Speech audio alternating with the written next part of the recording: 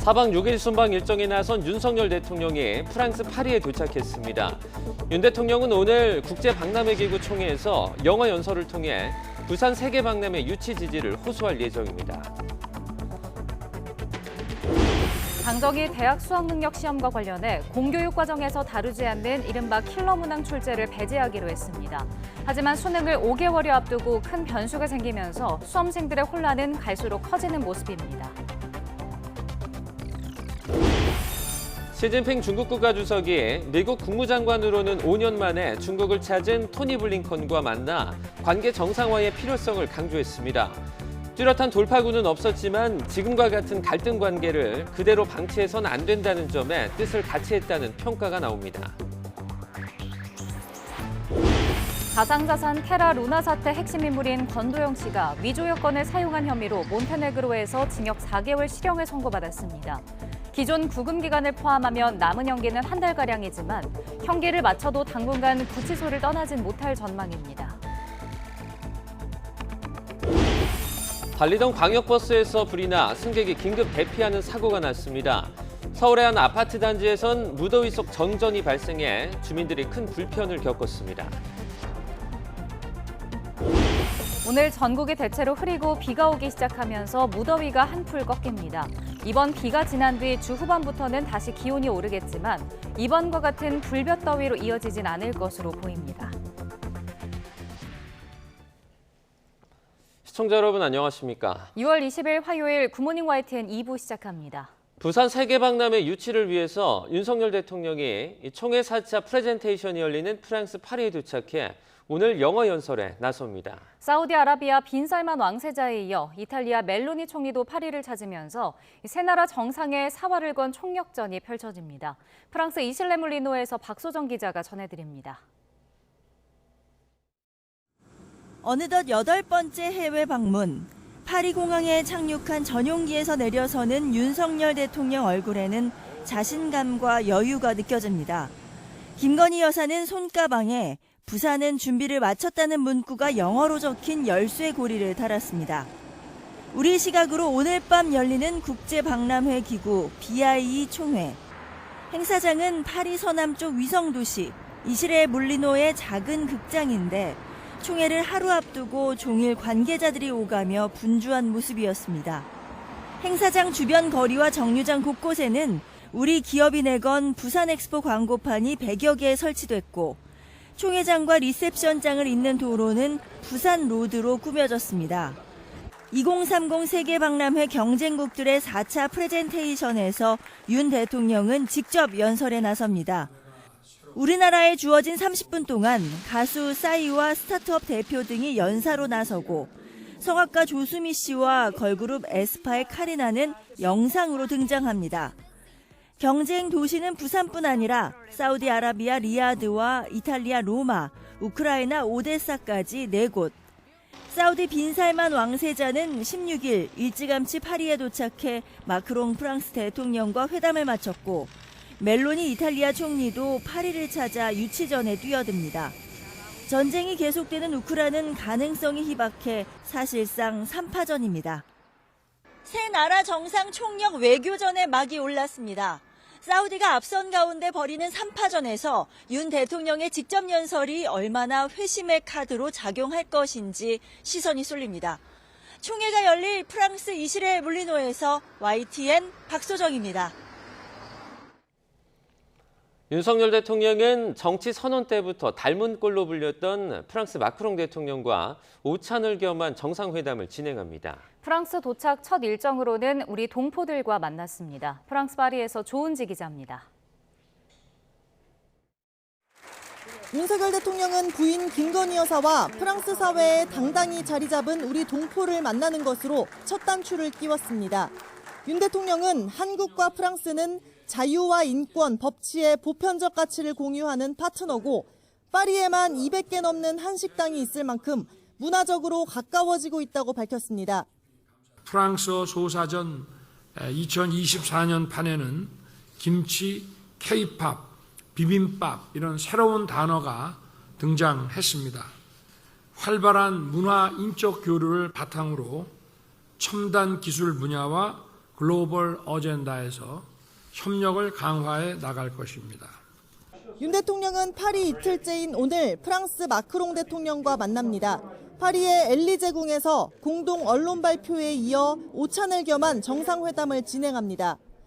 북핵 문제를 포함한 인도태평양 지역의 자유와 평화, 번영에 대한 논의부터 가치연대를 통한 경제협력 확대가 폭넓게 논의될 예정입니다.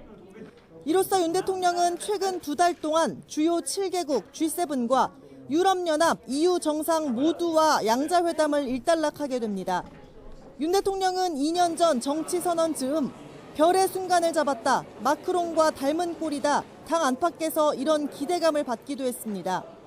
여소야대 정국 거센 반발 속에 개혁을 추진한다는 점과 당장 표를 얻을 수 있는 포퓰리즘 대신 나라를 위해 할 일을 하겠다는 리더십을 강조하는 점도 비슷한 대목입니다.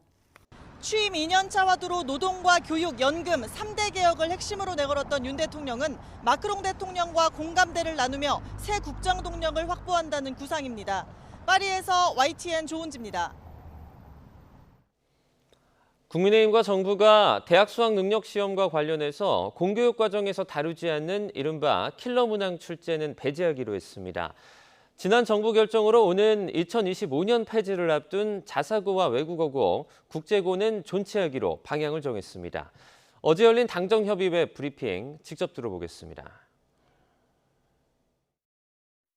지난 정부에서 폐지하기로 했던 자사고, 외국어고, 국제고를 존치하여 학생들의 소질과 적성에 맞는 맞춤 교육을 실시하며 지역의 자율적인 교육 혁신을 통한 교육 역량 강화를 지원하기로 하였다. 기존에 논란이 되어온 공교육 과정에서 다루지 않는 소위 킬러 문항은 시험의 변별력을 높이는 쉬운 방법이나 이는 학생들을 사교육으로 내모는 근본 원인이므로 앞으로 공정한 수능 평가가 되도록 공교육 과정에서 다루지 않는 내용은 출제를 배제하고 적정 난이도가 확보되도록 출제 기법을 고도화하며 출제진이 성실한 노력을 경주하도록 시스템을 점검하는 등 모든 가능한 지원을 다하기로 하였다. 윤석열 대통령이 킬러 문항을 수능에서 제외하라고 지시하며 약자인 아이들을 데리고 장난을 치는 일이라고 강하게 비판한 것으로 전해졌습니다. 다만 대통령실은 지시 미이행과 브리핑 혼선 등을 두고 나온 이주호 사회부총리의 경질론에 대해선 사실과 다르다고 부인했습니다. 박석영 기자입니다.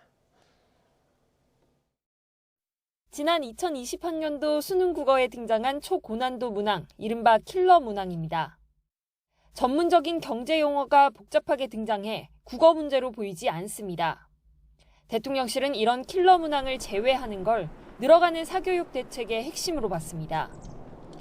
킬러 문항은 사교육계의 공포 마케팅일 뿐 교육과정 안에서도 변별력 높은 문제가 얼마든지 나올 수 있다는 겁니다.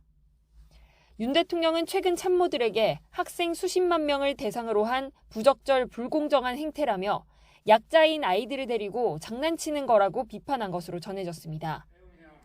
다만 사교육 자체를 부정하는 건 아니고 합리적 보충 학습을 위한 영역에 한해선 인정할 수 있다는 게 대통령실의 설명입니다. 대통령의 메시지가 정리되기 전까지 빚어진 혼선에 윤 대통령이 이주호 사회부총리 겸 교육부 장관을 경고했다는 보도도 나왔지만 대통령실 관계자는 YTN에 브리핑이 매끄럽지 못한 부분이 있긴 했지만 경질이나 책임론은 사실이 아니라고 분명히 했습니다.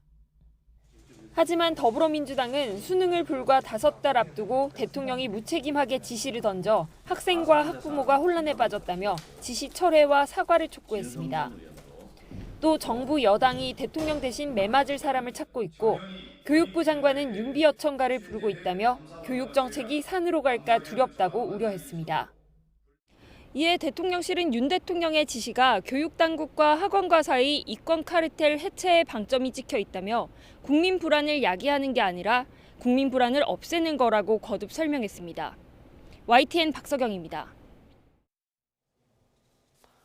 정부와 여당이 수능 출제 방향을 포함한 교육 대책을 발표한 지 한나절 만에 대학 수학능력 시험을 책임지는 한국교육과정평가원의 이규민 원장이 사임했습니다.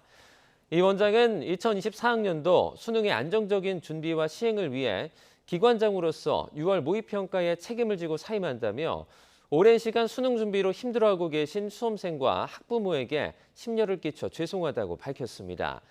앞서 6월 모의평가 난이도 조절 실패를 이유로 교육부 대입 담당 국장이 경질된 가운데 수능 출제를 주관하는 평가원장까지 사임 의사를 밝힌 겁니다. 당정이 공교육 정상화 방안으로 수능에서 이른바 킬러 문항을 없애겠다고 발표하면서 당장 수능을 코앞에 둔 고3 수험생들의 혼란은 갈수록 커지고 있습니다. 난이도는 어떻게 조정될지 구체적인 세부 지침이 없다 보니 오히려 학원에 더 의존할 수 있다는 우려도 나옵니다. 강민경 기자가 현장을 다녀왔습니다. 수능을 5달 앞두고 윤석열 대통령이 수능 출제 기조를 직접 언급한 이후 수험생과 학원 간은 크게 술렁이고 있습니다. 어떻게 문제를 낸다는 건지 추론할 자료가 없으니 공부하기가 더 어려워졌다는 겁니다. 전에 봤던 수능의 기출 문제를 안 풀어도 된다는 것인데 그렇게 따지면 수능의 본질을 잃었다고 생각을 해서 좀 좋지 않은 발언인 것 같습니다. 대입 담당 국장이 경질되고 수능 출제 평가 원장까지 사퇴하면서 출제 흐름을 바꿔야 하는지 비판도 나옵니다. 수능이 5개월 남은 이 시점에서 갑자기 그렇게 공고를 대통령이 말한다는 것은 충분히 큰 파장이 있을 수 있고 교사와 학부모들의 반발도 적지 않습니다. 온라인 카페에선 정부가 급조된 정책을 내놓아 혼란을 부추기고 있다는 비판이 잇따릅니다. 물수능 논란이 예견되는 올해의 수능 출제위원에 포함되고 싶지 않다는 얘기가 들릴 정도입니다. 교육 전문가들은 취지에 공감한다 해도 시기와 방법이 아쉽다고 지적합니다. 아무리 늦어도 수능 실전 테스트인 6월 모의평가를 보기 전에 새 출제 방향을 제시했어야 한다는 겁니다.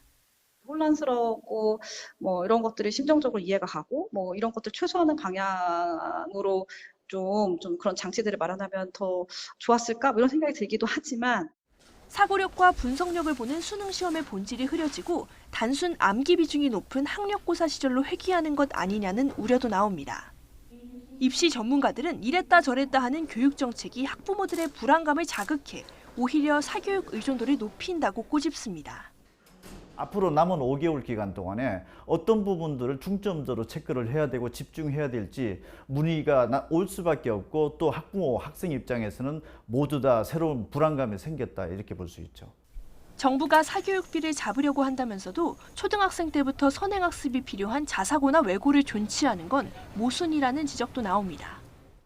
현재의 입시 과열 양상 자체를 손대지 않는 정부의 개입은 오히려 학생들의 고통을 키울 수 있다는 우려가 나옵니다. YTN 강민경입니다. 미국과 중국이 토니 블링컨 미 국무장관의 방중을 계기로 양국 관계 안정화 필요성의 뜻을 같이 하고 이를 위한 고위급 대화를 계속하기로 했습니다. 이에 따라 지난 2월 정찰 풍선 갈등 이후 상호 실질적 소통의 부재 속에 악화일로를 걷던 양국 관계가 대화 있는 갈등과 경쟁 국면으로 접어들 토대가 마련된 것으로 평가됩니다. 매슈 밀러 국무부 대변인은 결과 자료를 통해 양측은 양자 관계 주요 우선순위와 다양한 글로벌 및 영내 이슈에 대한 솔직하고 실질적이며 건설적인 논의를 했다고 밝혔습니다.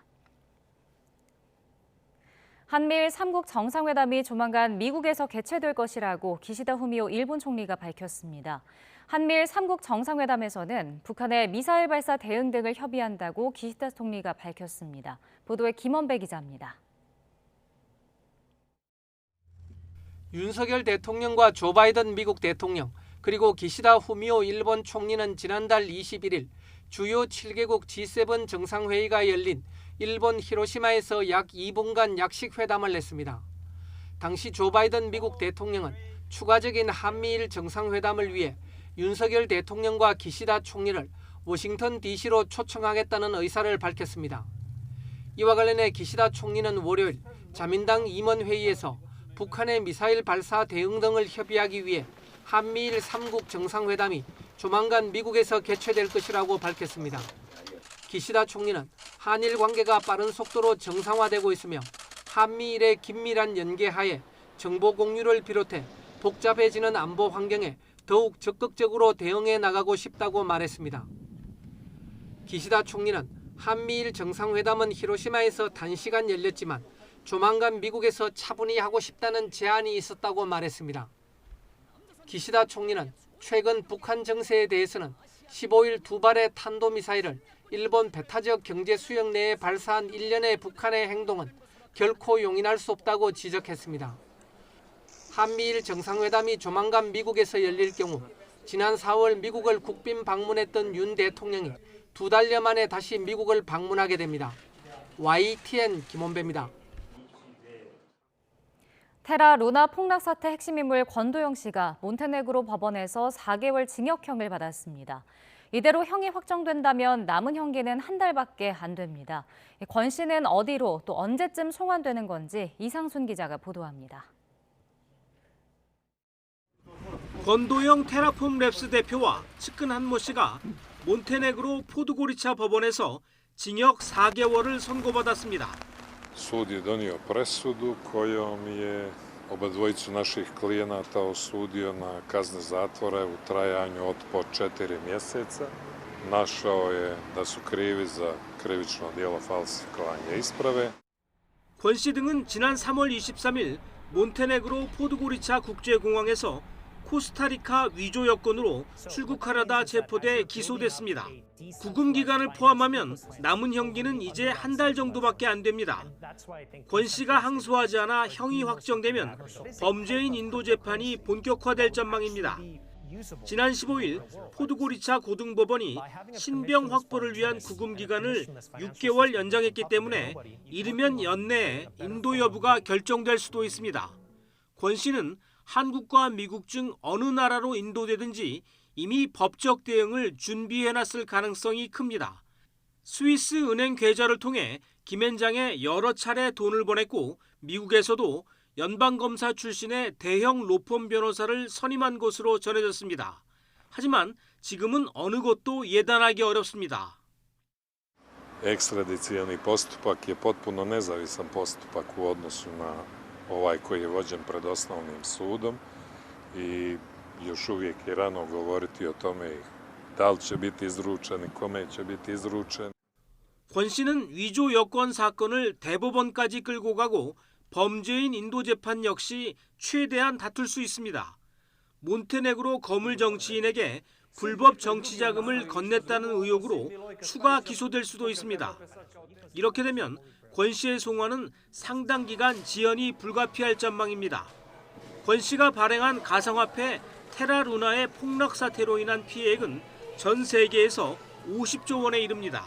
YTN 이상수입니다.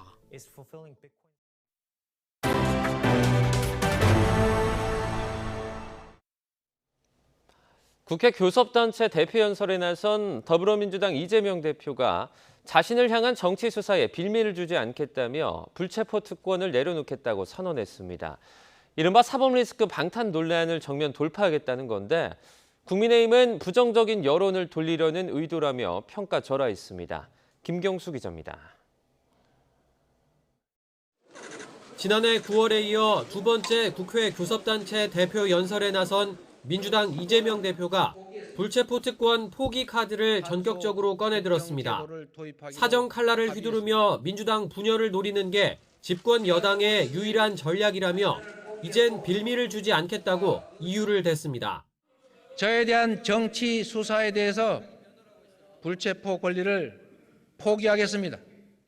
구속영장을 청구하면 제 발로 출석해서 영장 실질 심사 받고 검찰의 무도함을 밝히겠습니다. 또 압수수색과 구속기소, 정쟁만 일삼는 이른바 압구정 정권이라며 민생과 경제가 어려운데 정부는 대책이 없다고 날을 세웠습니다. 윤석열 정권은 민생, 경제, 정치, 외교, 안전을 포기했고 국가 그 자체인 국민을 포기했습니다. 그야말로 오포 정권, 국민 포기 정권이라고 할 수밖에 없습니다. 한반도 평화와 후쿠시마 오염수 문제 대응에 중국의 역할이 중요한데 이념, 진영 중심의 맹목적 편향 외교는 답이 아니라며 현 정부의 외교 기조를 비판했습니다. 이 대표는 당 혁신을 거듭 강조했는데 불체포 특권 포기를 선언한 건 혁신위를 둘러싼 당내 갈등이 여전한 상황에서 승부수를 띄운 거라는 해석이 나옵니다. 더 이상 윤석열 정권과 경쟁하지 않고 어제의 민주당과 경쟁하겠습니다. 더 이상 국민의힘과 비교하지 않고 민심을 기준으로 삼겠습니다. 이 대표 연설 내내 고성으로 항의하며 반발했던 국민의힘은 구속과 기소가 남발되고 있습니다. 죄를 지었으니까 이율 배반과 후한 무치로 일관하며 정부 탓만한 연설이었다고 평가절하했습니다. 물을 마시다가 기침이 나와도 현 정부 탓으로 다 돌릴 기세입니다. 반성은 없이 그저 현 대통령 탓, 현 정부 탓으로 채운 이재명 대표의 연설은 두고 내로남불의 교과서가 될 것입니다. 이제와 불체포 특권 포기를 언급한 것 역시 당 안팎의 사퇴 요구를 모면하려는 의도라며 어떻게 행동에 옮길 건지 구체적으로 밝히라고 압박했습니다. 여야 신경전 속에 오늘은 국민의힘 김기현 대표가 국회 교섭단체 대표 연설에 나섭니다. 사실상 무산된 당대표 간 TV토론 대신 국회 본회의장 연설로 정치권 공방이 한층 가열되는 모습입니다. YTN 김경수입니다. 일본 후쿠시마 원전 오염수 해양 방류를 앞두고 정치권 공방이 치열한 가운데 국회에서는 오늘도 여야 신경전이 펼쳐질 것으로 보입니다. 오염수 방류에 대한 과학적인 검증을 강조해온 국민의힘은 오늘 오전 의원총회에 카이스트 원자력 양자공학과 정용훈 교수를 초청해 전문가 특강을 듣습니다. 반면 민주당 해양수산투기위원장 윤재갑 의원은 국회에서 기자회견을 열고 오늘부터 오염수 방류 저지를 위한 단식 농성에 돌입합니다. 정부가 일본이 원전 오염수를 방류할 경우 5달가량이면 우리 바다로 들어온다는 주장은 사실이 아니라고 반박했습니다. 송상근 해양수산부 차관은 오염수 방류 관련 일일 브리핑에서 지난 2월 한국해양과학기술원과 한국원자력연구원이 발표한 오염수 확산 시뮬레이션 내용을 설명하며 이같이 반박했습니다. 시뮬레이션 결과에 따르면 방출된 오염수 가운데 삼중수소는 4년에서 5년 뒤부터 우리 바다로 유입되는 것으로 나타났다며 이는 수심 200에서 500m의 중층수는 물론 심층까지 계산한 결과라고 설명했습니다. 대한변호사협회가 학교폭력 피해 학생 재판에 불출석해서 패소하게 한 권경애 변호사에게 정직 1년 징계를 내렸습니다. 정직 6개월 이상에 처해달라는 변협조사위원회 건의보다 무거운 징계를 의결했지만 소송 피해자는 한없이 관대한 결정이라며 분통을 터뜨렸습니다. 보도에 김혜린 기자입니다. 학교폭력 피해 학생 고 박모양의 어머니 이기철 씨가 딸의 영정을 들고 항의 농성에 나섰습니다. 학폭 소송에 불출석해 패소한 것도 모자라 사실을 5달간 숨긴 권경애 변호사를 영구 제명해달라고 촉구하기 위해서입니다. 그렇게 고통받고 있다가 스스로 목숨을 끊었는데 그 재판을 말아먹은 변호사들이 잘못한 거에 대해서 진짜로 엄중해야 되는 거잖아요. 2달간 사건을 먼저 검증한 대한변협조사위원회는 최소 6개월 이상 징계를 징계위에 건의한 상황. 8명이 참여한 징계위는 장시간 경론 끝에 5가지 징계 단계 가운데 3번째인 정직 1년을 의결했습니다. 권 변호사가 학폭 재판에 불출석해 소송을 지게 만드는 등 성실 의무를 위반한 정도가 엄중한 점을 고려했다고 밝혔습니다. 건강이 안 좋아 소송에 집중하지 못했다는 소명서를 제출했던 권 변호사는 이번 징계위엔 직접 출석하지 않았습니다.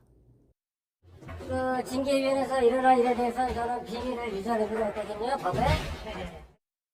하지만 소송 피해자인 박양 어머니는 강하게 반발했습니다. 딸을 2번 죽인 한없이 관대한 결정이라며 끝내 오열했습니다. 우리 2번 죽였고 저를 죽인 겁니다. 건경에 마찬가지로 변협이 이 징계에 대해서 제가 항의를 하고 어떤 절차를 할 수 있는 걸 얘기를 아무도 해줄 수 있는 사람이 없어요. 권 변호사는 징계 통지일로부터 한 달간 법무부 징계위에 이의를 제기할 수 있고 재심의를 포기하면 정직 1년 징계는 확정됩니다. 사건이 알려진 후 두문불출하며 피해자 이 씨와 접촉도 피하는 권 변호사에게 이번 징계 관련 입장을 묻기 위해 수차례 확인 전화를 걸었지만 권 변호사는 연락을 받지 않았습니다. YTN 김혜린입니다. 그제 새벽 5시 20분쯤 경기 수원시 영통구에 있는 도로에서 전기 택시가 신호등을 들이받았습니다.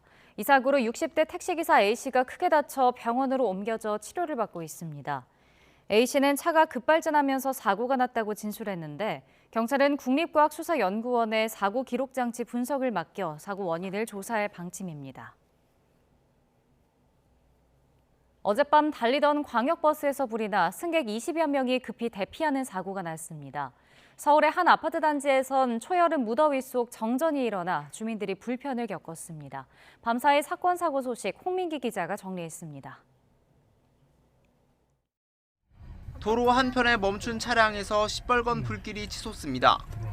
불이 난 차량은 다름 아닌 인천 송도와 서울역을 오가는 광역버스입니다. 버스. 왜 이래 주고? 수도권 제일순환고속도로 송내 나들목 근처를 달리던 버스에서 불이 난 건 어젯밤 9시 10분쯤. 불이 나자마자 버스 기사와 승객 20여 명이 대피하면서 다친 사람은 없었지만 버스가 모두 타고 도로 인근 방음벽도 피해를 입었습니다. 경찰과 소방당국은 버스 뒷바퀴 쪽 제동장치가 과열돼 불이 난 것으로 보고 정확한 원인을 파악하고 있습니다. 뒤집힌 배 위에 고립된 선원들을 향해 해양경찰 구조대원이 다가갑니다. 어제 오후 5시 50분쯤 경남 통영시 풍화리 이끼섬 동쪽 1km 바다 위에서 어선 두 척이 부딪혔습니다. 이 사고로 1.5톤짜리 연안 통발 어선이 전복되면서 50대 A씨 등 선원 2명이 구조됐습니다. 8톤짜리 다른 어선은 피해 없이 항구로 돌아왔는데 해경은 항해하던 8톤 어선이 작업하던 어선을 들이받은 것으로 보고 있습니다. 경기도 평택시 합정동에선 낡은 상수도관이 파열되면서 인근 가구들의 물이 끊겼다가 2시간 뒤 복구됐습니다. 서울 상암동의 대단지 아파트에서도 장비 불량으로 200여 세대의 10여 분간 전기 공급이 끊어지면서 주민들이 무더위에 시달렸습니다. YTN 홍민기입니다.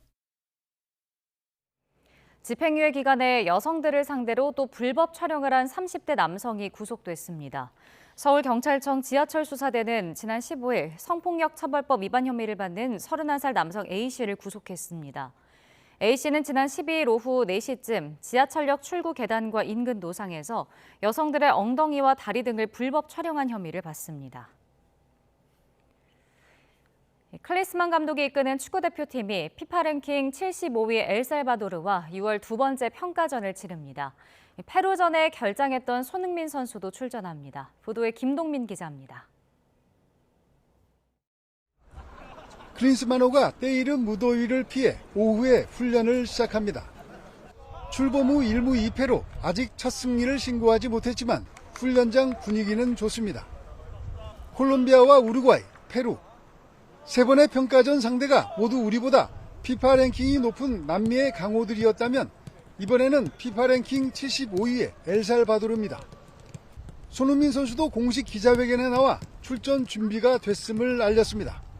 공격적이나 수비적이나 거친 축구를 좋아하시고 또 1대1 상황에서 이기는 그런 상황들을 분명히 좋아하시기 때문에 그런 부분들을 저희가 더 신경 써서 더 감독님이 입혀주시는 옷을 저희가 좀 잘 입어야 될 것 같습니다.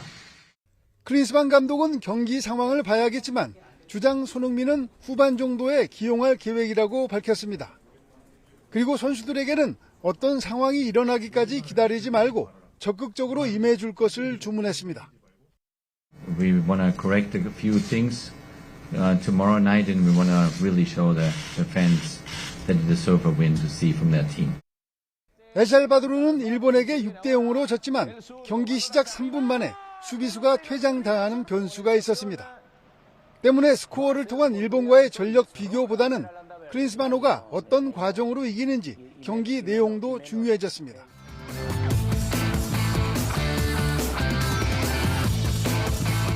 손흥민의 회복으로 공격에서만큼은 완전체가 된 클린스만호. 시원한 골 폭풍으로 출범 후 첫 승리를 선물할 것인지 주목됩니다. YTN 김동민입니다. 어제 서울 등 서쪽 지방은 올여름 들어서 가장 더웠습니다.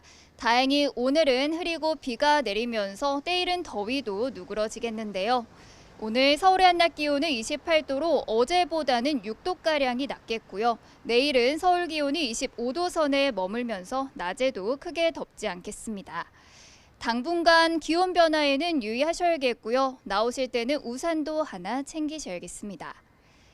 오늘은 전국이 대체로 흐리겠습니다. 오전에 제주도에서 비가 시작돼 오후에는 충청과 호남 지방으로 확대하겠고 밤에는 서울 등 그 밖의 지역에도 비가 내리겠는데요. 내일까지 제주 남부와 산간에는 70mm가 넘는 많은 비가 쏟아지겠고 그 밖의 지역에는 10에서 60mm의 비가 돌풍과 벼락을 동반해 요란하게 내리겠습니다. 현재 기온 살펴보면 서울이 24.5도, 부산은 20.4도를 나타내고 있습니다. 오늘 낮 기온은 서울이 28도, 대전과 대구가 30도로 어제보다는 2도에서 5도가량이 낮겠습니다. 목요일에는 중부 내륙에 소나기가 지나겠고요. 주 후반에는 다시 30도 안팎의 여름 더위가 기승을 부리겠습니다. 오늘과 내일 비가 내리는 지역에서는 가시거리가 짧아지고 도로가 미끄러운 곳이 많겠습니다. 교통안전에도 각별히 주의하셔야겠습니다. 지금까지 YTN 신미림입니다.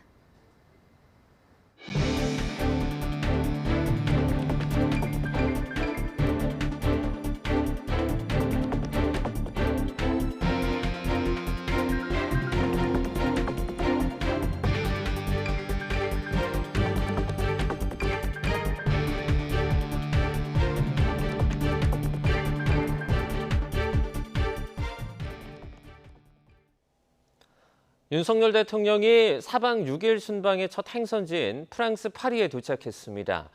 윤 대통령과 부인 김건희 여사는 대통령 전용기인 공군 1호기 편으로 파리 오를리 공항을 통해서 입국했습니다.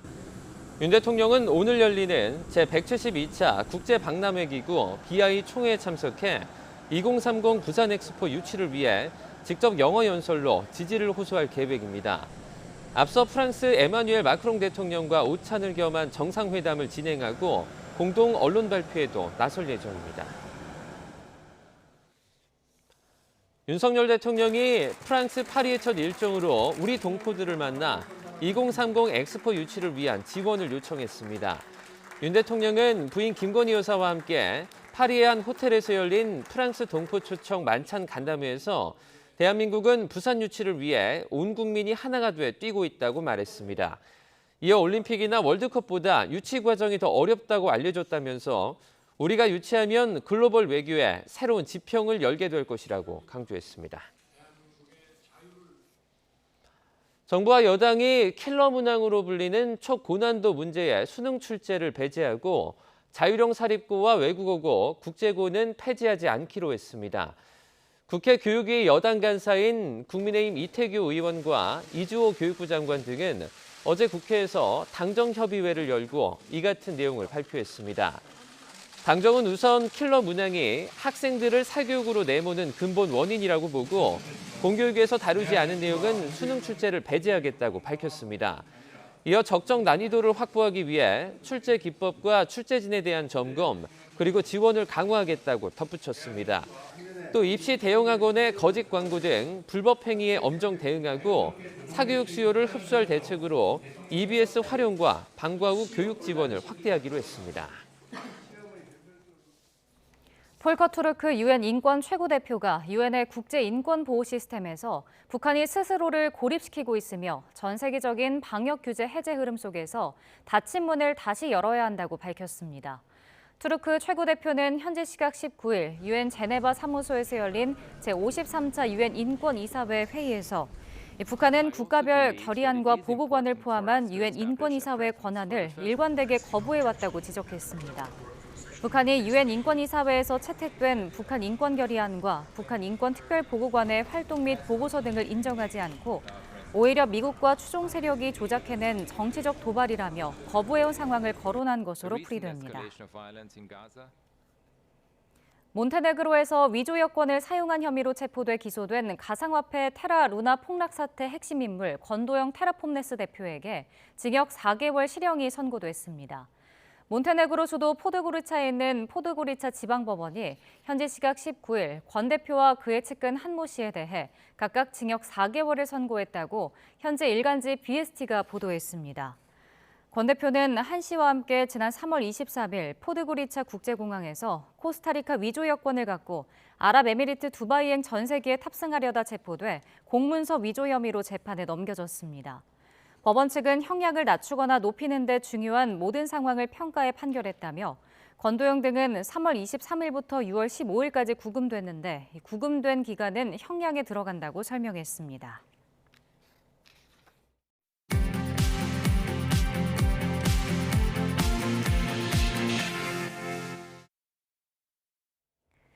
네, 이 시각 세계인입니다. 시진핑 주석이 방중한 토니 블링컨 장관과 만났는데 5년 전과 달리 상석에 앉아 접견하는 모양새를 취했습니다. 블링컨 장관은 1박 2일 동안 이어진 방중 협의에서 북핵 문제 해결을 위한 중국의 역할도 촉구했다고 밝혔습니다. 베이징 강정규 특파원입니다. 시진핑 중국 국가주석이 인민대회당에서 토니 블링컨 미 국무장관과 만났습니다. 이번 회담에 나섰던 미중 외교 라인이 모두 모여 마주보고 앉았습니다. 시 주석은 그 가운데 자리 잡아 상석에서 회의를 주재하는 모양새였습니다. 5년 전 트럼프 행정부 때 마이크 폼페이오 국무장관이 시 주석을 접견했던 것도 같은 방이었습니다. 당시 시 주석이 폼페이오 장관과 나란히 앉아 손님으로 예우했던 것과 지금은 대조적입니다. 都新鲜的这种法案能够为稳定中美关系多发挥积极作用。 블링컨 장관은 시 주석 접견을 마친 뒤 이틀간의 방중 일정을 마무리하는 기자회견에 나섰습니다. 미중 관계 안정을 위한 고위급 대화 재개를 이번 공식 회담의 성과로 꼽았습니다. 북핵 문제 해결을 위해 중국의 역할도 촉구했다고 강조했습니다. China is in a unique position to press Pyongyang to engage in dialogue and to end its dangerous behavior. 중국으로부터 러시아에 살상 무기를 제공하지 않겠다는 약속도 받아냈다고 전했습니다. 1박 2일 꽉 찬 방중 일정을 모두 마친 블링컨 장관은 21일 열리는 우크라이나 재건 회의에 참석하기 위해 영국 런던으로 출발했습니다. 베이징에서 YTN 강정규입니다. 친강 중국 외교부장이 미국을 방문한다고 로이터 통신이 현지 시간 18일 보도했습니다. 토니 블링컨 미국 국무장관이 미국 외교수장으로는 5년 만에 중국을 방문해 시진핑 중국 국가주석과 면담한 가운데 친강 중국 외교부장이 미국을 방문할 예정이라고 전했는데요. 방미 계획이 전해지면서 경색된 미중 관계 해빙이 본격화하는 것 아니냐는 관측이 나오고 있습니다. 유럽이 산업화 이후 지구 평균 2배 가까운 기온 상승폭을 보이며 가장 빨리 온난화가 진행되는 대륙으로 평가됐습니다. 세계 기상기구가 현지 시간 19일 발간한 기후현황 보고서에 따르면 1800년대 중반 이후로 작년까지 세계 평균 기온은 1.2도 상승했는데 같은 시기 유럽의 기온 상승폭은 2.3도에 달한 것으로 분석됐습니다. 보고서는 유럽 대륙은 지난해 기록상 가장 더운 여름을 보냈고 프랑스와 독일, 이탈리아, 포르투갈, 스페인, 영국을 포함한 여러 유럽 국가가 역사상 가장 더운 한 해를 경험했다고 전했습니다. 옌스 스톨텐베르그 북대서양조약기구 나토 사무총장과 올라프 숄츠 독일 총리는 다음 달 11일에서 12일 리투아니아 빌뉴스에서 열리는 나토 정상회의에서 우크라이나의 공식 나토 가입 초청을 할 수 없다고 못 박았습니다. 그러면서도 우크라이나가 나토에 가까워질 수 있도록 접근 방안에 대해 논의할 것이라고 밝혔습니다. 지금까지 이 시각 세계는이었습니다.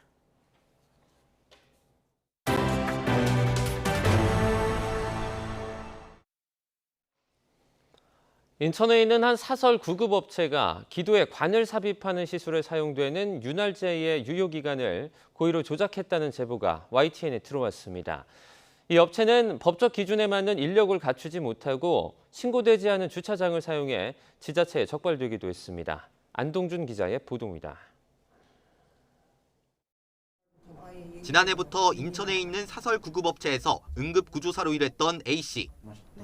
몇 달 전 구급차에 있던 기도 삽관용 윤활제의 유통기한이 1년 넘게 지난 것을 발견했습니다. A씨는 업체가 유통기한을 내년 여름으로 늦춘 라벨을 새로 붙여서 문제를 덮었다고 주장합니다. 검열 일주일 전인가? 며칠 안 남았을 때 책상에 인큐베이션 젤 2개가 놔져 있는 거예요. 조작했던 그 스티커 그거 붙여놓으면 된다고. 그래서 그걸 붙여도 갖다 주래요. 법으로 정해져 있는 인력과 시설 기준도 제대로 따르지 않은 것으로 확인됐습니다. 특수구급차의 80%에는 응급구조사와 운전자를 2명씩 둬야 하지만 실제 가용 인력은 여기에 못 미칩니다. 업체는 또 사무실과 가까운 일반 주차장에 구급차를 댔습니다. 구급차 유지와 관리를 위해 일정한 규격과 시설물을 갖춘 주차장을 이용하도록 한 기준도 지키지 않은 겁니다.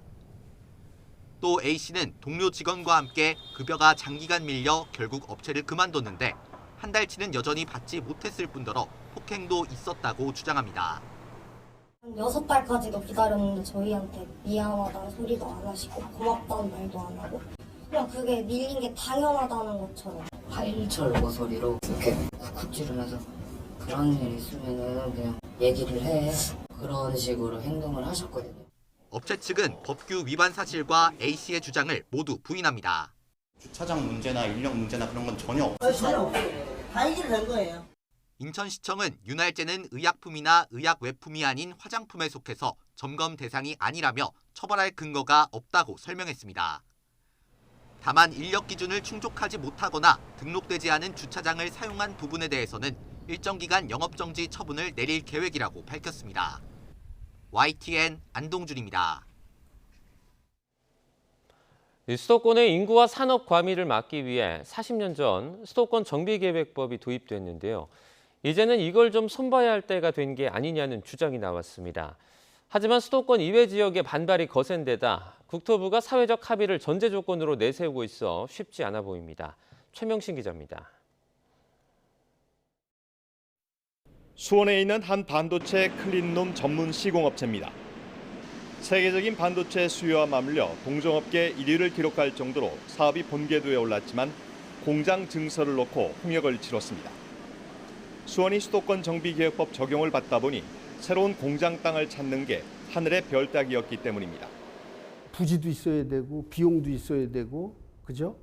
뭐 여러 가지가 있어야 되는데 수원에서 충족할 만한 게 없어요. 인허가 조건도 그렇고 총량제에 걸리고 뭐 규제에 걸리고 이러다 보니까 기업이 자꾸 그 시외로 빠져나갈 수밖에 없는 그런 안타까운 현실이 지금 우리가 처해 있다. 비슷한 고민을 안고 있는 지자체들이 자리를 함께 했습니다. 이들은 현행 수도권 정비계획법이 수도권 내 공장이나 대학 신설 제한 등 인구 집중을 막는 데 초점이 맞춰져 있는 만큼 개선이 필요하다고 주장합니다.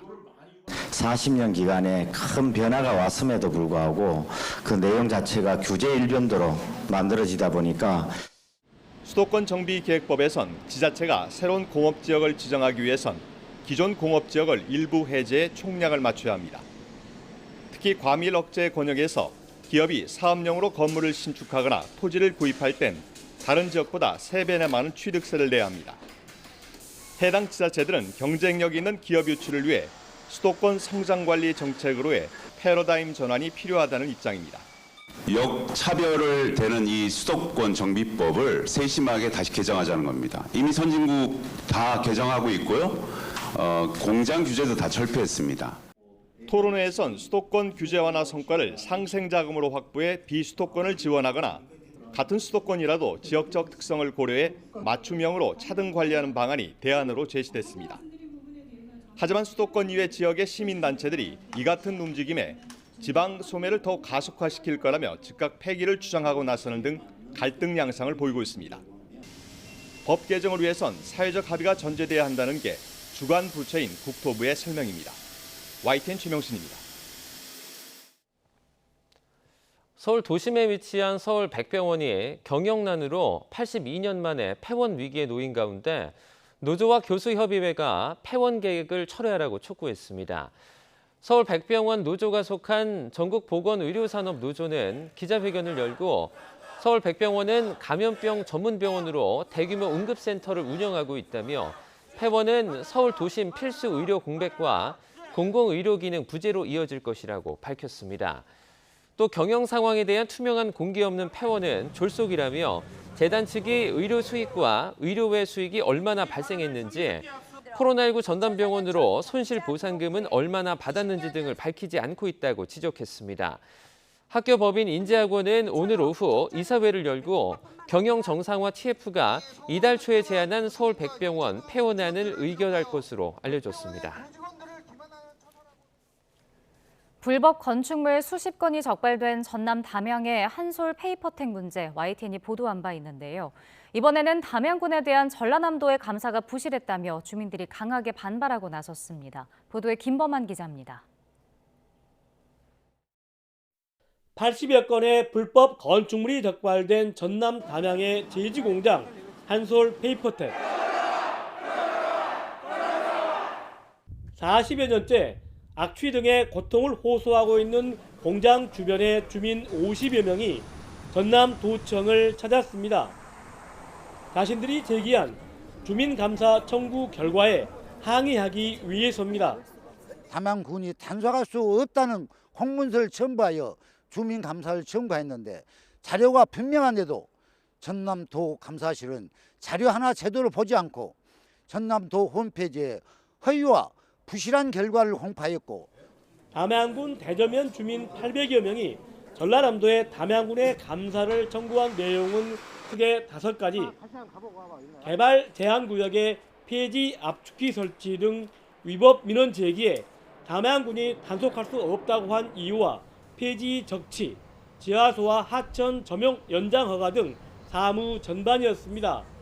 이에 대해 전라남도는 청구인의 주장을 인정할 만한 사항을 발견하지 못했다는 감사 결과를 내놓았습니다. 이는 곧바로 전라남도 의회에서 도마 위에 올랐습니다.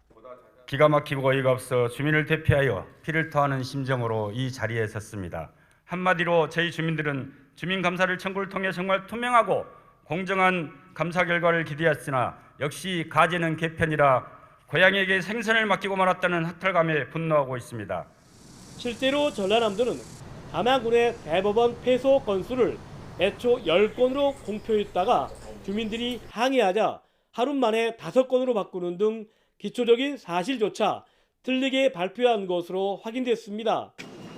또 골판지의 원료인 폐지를 창고에 보관해야 한다는 대법원의 판결도 무시됐고, 불법 건축물 시정 지시 중에 개별법으로 지하소와 하천 점용 연장 허가를 내준 것은 모순이라고 주민들은 지적했습니다. 민간인들 입장에서는 또 우리가 그렇게 볼 수가 있어요. 그런데 우리가 우리는 이제 공무원들이 뭐 있는 것을 없게 할 수도 없고 또 없는 것을 있게 할 수도 없는 거잖아요. 담양 한솔 페이퍼텍의 폐쇄와 이전을 촉구하고 있는 주민들은 허위 공문서 작성이 분명한 것으로 보이는 담양군에 대한 재감사를 강력하게 촉구하고 있습니다. YTN 김범환입니다. 에디슨모터스 주가를 조작한 혐의를 받는 일당들이 구속됐습니다. 서울 남부지방법원은 어제 사기적 부정거래와 허위 공시 등의 혐의로 M&A 전문가 이모 씨 등 4명에 대해 구속영장을 발부했습니다. 재판부는 이들이 증거를 인멸하거나 도주할 우려가 있다고 영장 발부 사유를 설명했습니다. 이들은 쌍용차 인수서를 띄워 주가를 조작한 혐의로 앞서 구속 기소된 강영권 전 에디슨모터스 회장을 도와 주가 조작에 가담한 혐의를 받습니다. 일당 가운데 다른 한 명의 구속 전 피의자 신문은 오늘 열릴 예정입니다. 어제 서쪽 지방은 올여름 들어 가장 더웠지만 오늘부터는 전국에 더위를 식혀줄 비가 내리겠습니다. 오늘 서울의 한낮 기온은 28도로 어제보다 6도나 낮아지며 불볕더위가 누그러지겠습니다. 오늘은 전국이 대체로 흐리겠고 오전에 제주도를 시작으로 오후에는 충청과 호남 지방에, 밤에는 그 밖에 전국에 비가 내리겠습니다. 내일까지 제주 남부와 산간에는 70mm 이상의 많은 비가 쏟아지겠고요. 그 밖의 지역에는 10에서 60mm의 비가 돌풍과 벼락을 동반하며 요란하게 내리겠습니다. 현재 기온 살펴보겠습니다. 서울이 24.5도, 대구가 20.4도, 울산은 19.7도를 보이고 있습니다. 낮 기온은 어제보다 2도에서 5도가량이 낮겠는데요. 서울이 28도, 대전과 대구가 30도, 부산은 26도를 보이겠습니다. 목요일에는 중부 내륙에 소나기가 지나겠고요. 주 후반에는 다시 여름 더위가 찾아올 전망입니다. 지금까지 날씨 정보였습니다. 굿모닝 YTN 2부 마칩니다. 잠시 후 6시 50분 3부에서 뵙겠습니다.